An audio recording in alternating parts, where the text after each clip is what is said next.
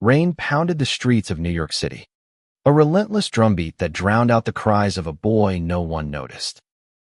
Eli, barely 16, shivered under a tattered awning, his stomach gnawing at itself as he clutched a soggy cardboard sign. Anything helps.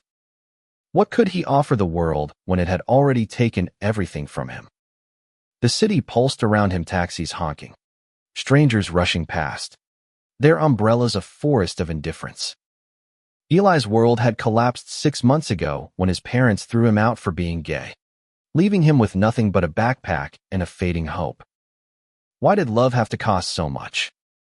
He wiped rain from his eyes, scanning the crowd for a glimpse of kindness, his fingers trembling around the sign. Then, a man stopped. Not just any man, Gabriel Voss. A name whispered in boardrooms and splashed across tabloids. His tailored coat glistened under the streetlights, and his dark eyes held a warmth that cut through the storm. "You okay, kid?" he asked, crouching to Eli's level, his voice steady against the rain's roar. Eli froze. No one had asked him that in months. Why did this stranger care? Gabriel noticed the boy's sign, then his pale face, and something shifted in him. He'd built a tech empire from nothing, but this moment felt heavier than any deal he'd closed. "You hungry?" he asked, pointing to a corner store glowing nearby. Eli nodded, too stunned to speak. What did this man want? Nothing came for free on these streets. Inside the store, Gabriel didn't just buy milk. He filled a bag with bread, fruit, and a sandwich, handing it to Eli with a quiet smile. "I'm not a hero," Gabriel said, catching Eli's wary glance. "Just someone who's been where you are." Eli's heart raced. Could he trust this? He clutched the milk carton, its cold weight grounding him. "I'll pay you back someday," he mumbled, barely audible. Gabriel's laugh was soft, like he'd heard that promise before. "Just eat, kid. That's enough for now." They sat on a bench outside, the rain slowing to a drizzle. Eli tore into the sandwich, each bite a reminder of how long it had been since he'd felt full. Gabriel watched, not with pity, but with a curiosity that made Eli feel seen. "What's your story?" Gabriel asked, leaning back. Eli hesitated. Should he tell the truth? The streets had taught him to guard his heart, but something about Gabriel's steady gaze felt safe. "I got kicked out," Eli said finally, his voice cracking. "My parents, they didn't want a gay son."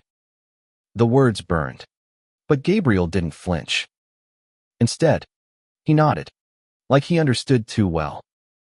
"That's their loss," he said simply. "Not yours." Eli's chest tightened. How could this stranger's words feel more like home than his own family ever had? Gabriel glanced at his watch, then back at Eli. "You got a place to stay tonight." Eli shook his head, shame creeping in. Gabriel stood, offering his hand. "Come with me. One night. No strings. You decide what's next." Eli stared at the outstretched hand. Was this a trap? Or a lifeline? He thought of the cold alley waiting for him, the hunger that would return by morning. What did he have to lose? They walked to Gabriel's penthouse, a world of glass and steel that felt like another planet. Eli's sneakers squeaked on the marble floor, and he shrank under the doorman's stare. Gabriel waved the man off, guiding Eli to an elevator that hummed upward. Inside the apartment, warmth enveloped them, soft lights, a couch that looked softer than any bed Eli remembered. "You can crash here," Gabriel said, pointing to a guest room. "Shower, sleep, whatever you need." Eli's throat tightened. Why was this man being so kind?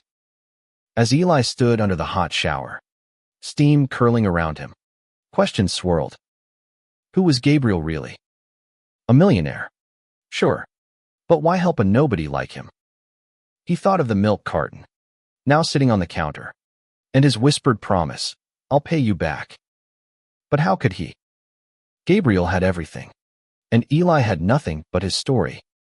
Maybe that was enough for now.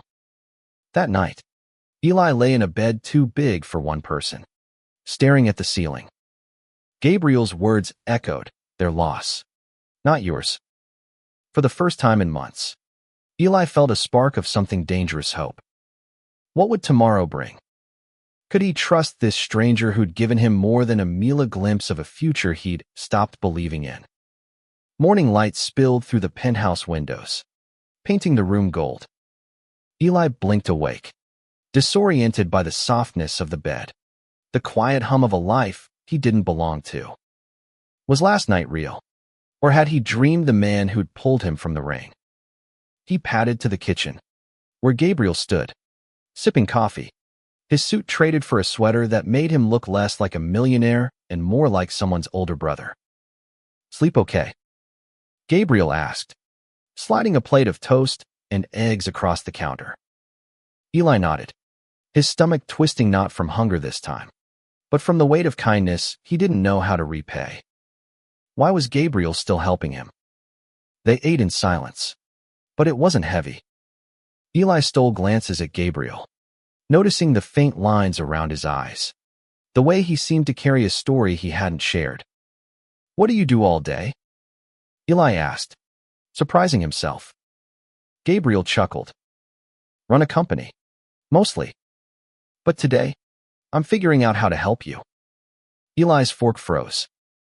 Help him how? What did Gabriel expect in return? Gabriel leaned forward, his gaze steady. "You don't have to tell me everything, but I need to know what you want. A job. A place to stay. School." Eli's mind spun.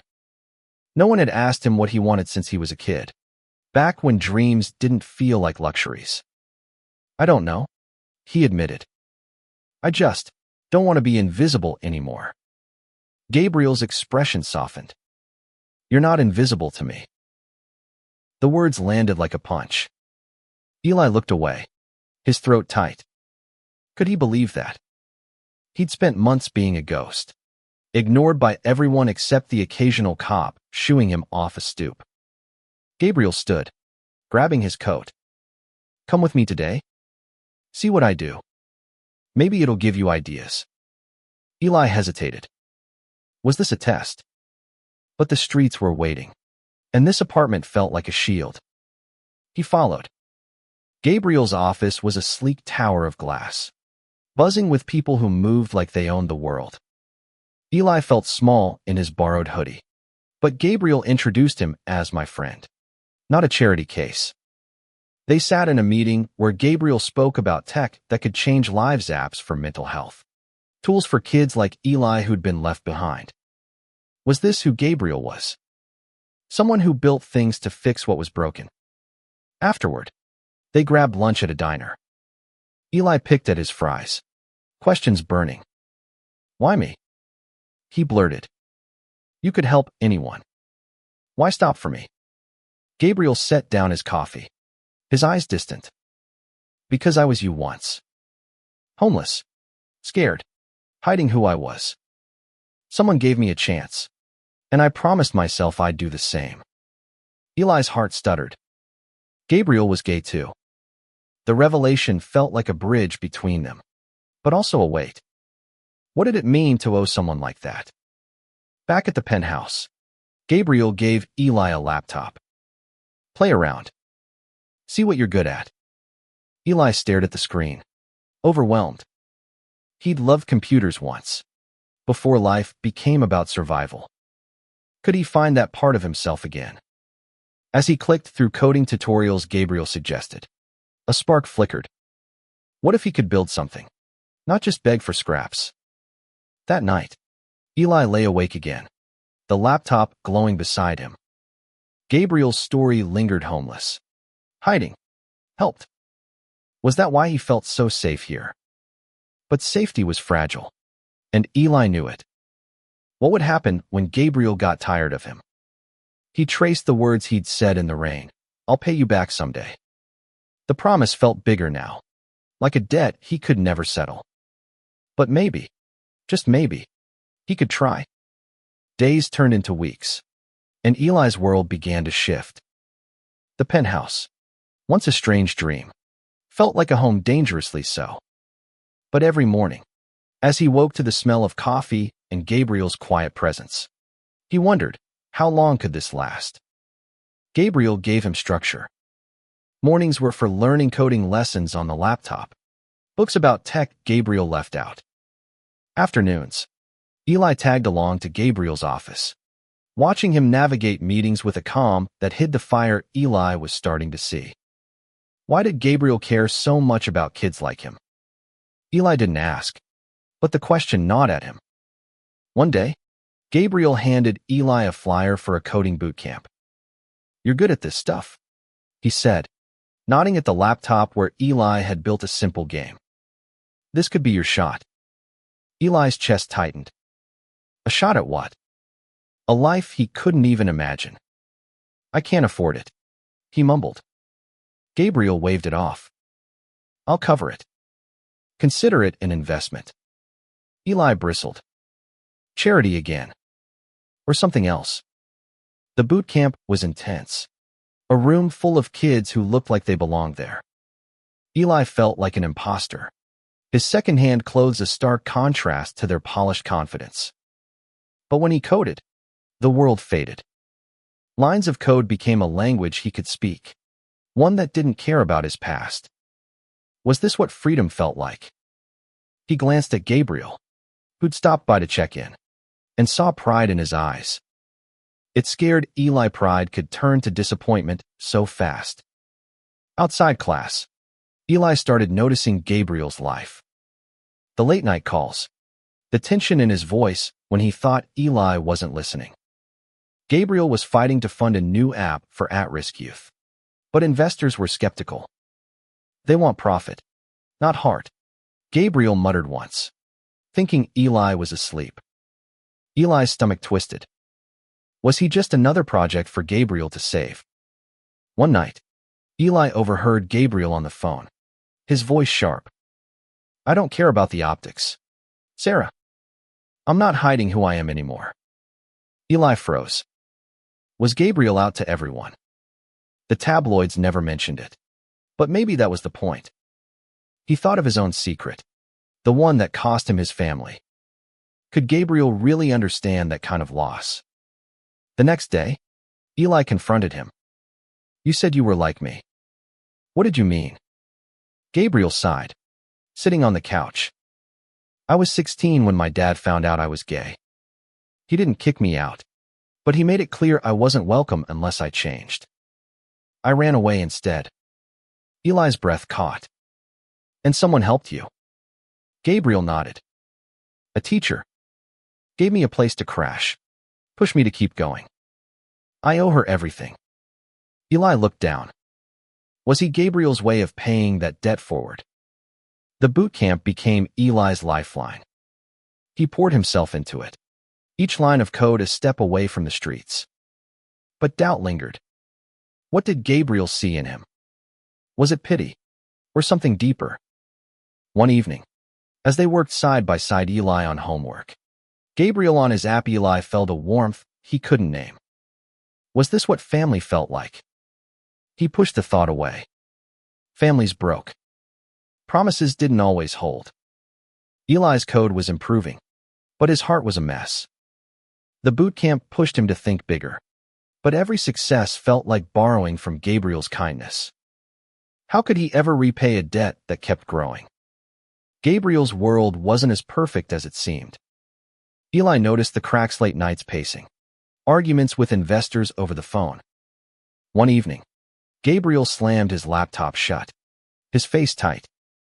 "They're pulling funding," he said, more to himself than Eli. "They think my app's a lost cause." Eli's stomach dropped. Was this his fault? Was he distracting Gabriel? Eli started spending more time at the boot camp, staying late to avoid the tension at home. The other students were starting to respect him, but he couldn't shake the feeling of being an outsider. One day, a classmate, Mia, caught him debugging a tricky program. "You're good at this," she said, her tone genuine. Why do you always look like you're running from something? Eli froze. Was it that obvious? He told her bits of his story, not everything, but enough. Mia listened, then shared her own, a trans kid who'd fought to be here. We're not so different, she said. Eli felt a spark of connection, but it scared him. Trusting people hadn't ended well before. Still, Mia's words stuck. Could he belong somewhere without owing someone? Back at the penthouse, Gabriel was different, distracted, short-tempered. Eli overheard another call. I'm not selling out. Mark. This app could save kids like I was. Eli's chest ached. Gabriel was fighting for kids like him. But at what cost? He wanted to help. But how? He was just a kid with a borrowed laptop. One night, Eli found Gabriel staring out the window, a glass of wine in hand. You okay? Eli asked, echoing Gabriel's words from that first rainy night. Gabriel smiled faintly. Just tired. Fighting for something you believe in. It's heavy. Eli sat beside him, unsure what to say. Your app, he started. It's for kids like me, right? Gabriel nodded. Kids who need a chance. Eli swallowed hard. Then don't give up. I'll help. I'm learning. I can do something. Gabriel's eyes softened. You already are. Eli threw himself into coding, not just for himself, but for Gabriel's dream. He started sketching ideas for the app, simple features that could help kids find shelters or hotlines. It felt good to create, to give back. But late at night, doubt crept in. What if Gabriel's app failed? What if Eli failed him? The promise from that first night, I'll pay you back, felt like a chain, binding him to a man who'd given him everything. At the boot camp, Eli's game project was gaining attention. His instructor called it promising, and Mia offered to team up for the final showcase. Eli hesitated. Could he handle the spotlight? The thought of presenting his work, of being seen, thrilled and terrified him. What if he wasn't enough? But Gabriel's voice echoed, you're not invisible. Maybe it was time to believe it. The boot camp showcase loomed, a chance to prove himself or crash spectacularly. Eli's game, a puzzle about finding a path through chaos, felt too close to his own life. Could he really show the world who he was? He and Mia worked late, their laptops glowing in the empty classroom. She pushed him to add personal touches to the game, details only someone who'd lived on the streets would know. Make it real, she said. Eli hesitated. Was he ready to expose that part of himself? But her encouragement felt like a tether, keeping him grounded. At the penthouse, Gabriel was unraveling. The investors had given him an ultimatum: pivot to a profitable app or lose funding. Eli caught him staring at old photos one night, a younger Gabriel with a woman who looked like she'd carried the world for him. Your teacher? Eli asked. Gabriel nodded. She saved me. I owe her this app. Eli's heart sank. Gabriel's fight wasn't just about him, it was about a promise, too. Eli poured his fear into his game. He coded a character who looked like him, navigating a city that tried to erase him. Each level was a memory hunger. Cold. The sting of rejection. Mia played it and went quiet. This is you, isn't it? She asked. Eli nodded, his throat tight. It's everyone like us. She squeezed his shoulder. You're gonna kill it at the showcase. The night before the event, Gabriel sat Eli down. I'm proud of you, he said, his voice raw. Whatever happens, you've already done more than I ever expected. Eli's eyes burned. Why did those words hurt as much as they helped? He wanted to say something, to thank Gabriel, but all he could manage was, I'm still paying you back. Gabriel laughed, but it was hollow. You don't owe me anything, Eli. The showcase was a blur of nerves and adrenaline. Eli and Mia presented their game to a packed room, their voices shaking but strong. The crowd applauded, and a tech scout approached, asking about their vision. Eli froze, but Mia jumped in, selling their story with a fire he envied. Was this what it felt like to be seen? To matter? Afterward, Gabriel was there, clapping louder than anyone. "You were incredible," he said, pulling Eli into a hug. For the first time, Eli didn't pull away. But as they left, he saw the strain in Gabriel's eyes. The app's deadline was tomorrow, and the investors were circling. Eli's triumph felt small against Gabriel's struggle. Could he do more? His game was good, but Gabriel's app could change lives. What if he could help make it real? That night, Eli stayed up, sketching new ideas for Gabriel's app. He wasn't a kid on the streets anymore, was someone with skills, someone who could give back. But the weight of his promise pressed harder. "I'll pay you back someday." The words felt closer now, but still out of reach. Could he ever be enough? The showcase had changed Eli, but Gabriel's fight was far from over. The investors' deadline loomed, and the penthouse felt like a pressure cooker. Eli watched Gabriel pace, his phone buzzing with calls he ignored. Could Eli's small victories really help a man carrying so much? Eli showed Gabriel his app sketches features for finding safe spaces, connecting kids to mentors. Gabriel's eyes lit up, but exhaustion weighed him down. "These are good, Eli," he said. "Really good." But his voice was distant, like he was already bracing for defeat. Eli's stomach twisted. Was he too late? He dove back into coding, working alongside Gabriel. They built prototypes, tested ideas, and argued over details late into the night. Eli saw a new side of Gabriel, fierce, driven, but fraying at the edges. "Why don't you just give them what they want?" Eli asked once, frustrated. Gabriel's jaw tightened. "Because then it's not for kids like you. It's just another app." Eli didn't push. He understood promises now, how they could anchor you or break you. Mia joined them sometimes, her energy a spark in the gloom. She and Eli tweaked the app, adding a chat feature for peer support. "This could have saved me," she said, her voice soft. Eli nodded. It could have saved him, too. But as the deadline neared, Gabriel's calls grew desperate. "They're not budging," he told Eli one night, his face pale. "If I don't pivot, it's over." Eli's heart sank. Was this his fault for taking Gabriel's time? The night before the investor meeting, Eli couldn't sleep. He found Gabriel on the balcony, staring at the city. "I'm sorry," Eli said, his voice small. "I slowed you down." Gabriel turned, his eyes fierce. "Don't you dare say that. You're the reason I'm still fighting." Eli's breath caught.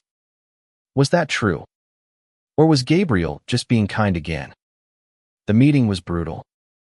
Eli waited outside, hearing raised voices through the glass. When Gabriel emerged, he looked drained but defiant. "They're giving me one more month," he said. "But it's a long shot." Eli's mind raced. A month wasn't enough, but it was something. Could he step up?